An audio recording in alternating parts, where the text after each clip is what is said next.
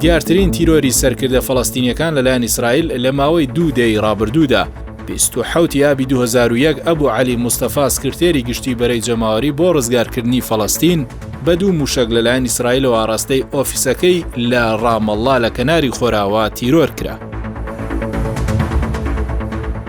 23 تەمووزی 2002 ئیسرائیل سەلاح شەحادە دامەزرێنەری کەتیبەکانی قەسام باڵی سەربازی بزوتنەوەی بەرەنگاری ئیسلامی حەماسی تیرۆر کرد.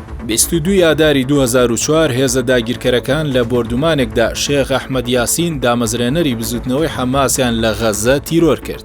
16 نیسانی 2004 دکتۆر عەبدولعەزیز ڕەنتیسی سەرکردەیەکی دیکەی دیاری حەماسیان لە کەرتی غەزە بە موشک لە ڕێی فڕۆکەوە تیرۆر کرد.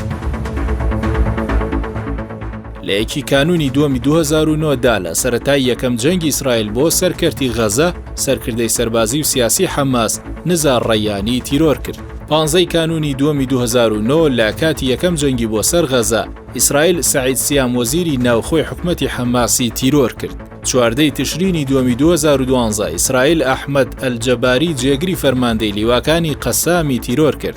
ئەمەش بووە هۆی هەڵگیرسانی شەڕێکی 8 ڕۆژە کە تێیدا 20 ئیسرائیلی کوژران و 162 فەڵەستینی شەهید بوون. 12 تشرینی دووەمی 2019 ئیسرائیل بە ئەبوو عەتا فەرماندەی ناوچەی باکووری لیواکانی ئەلقودس کە قۆڵی سەربازی بزوتنەوەی جیهادی ئیسلامیە تیرۆر دەکات.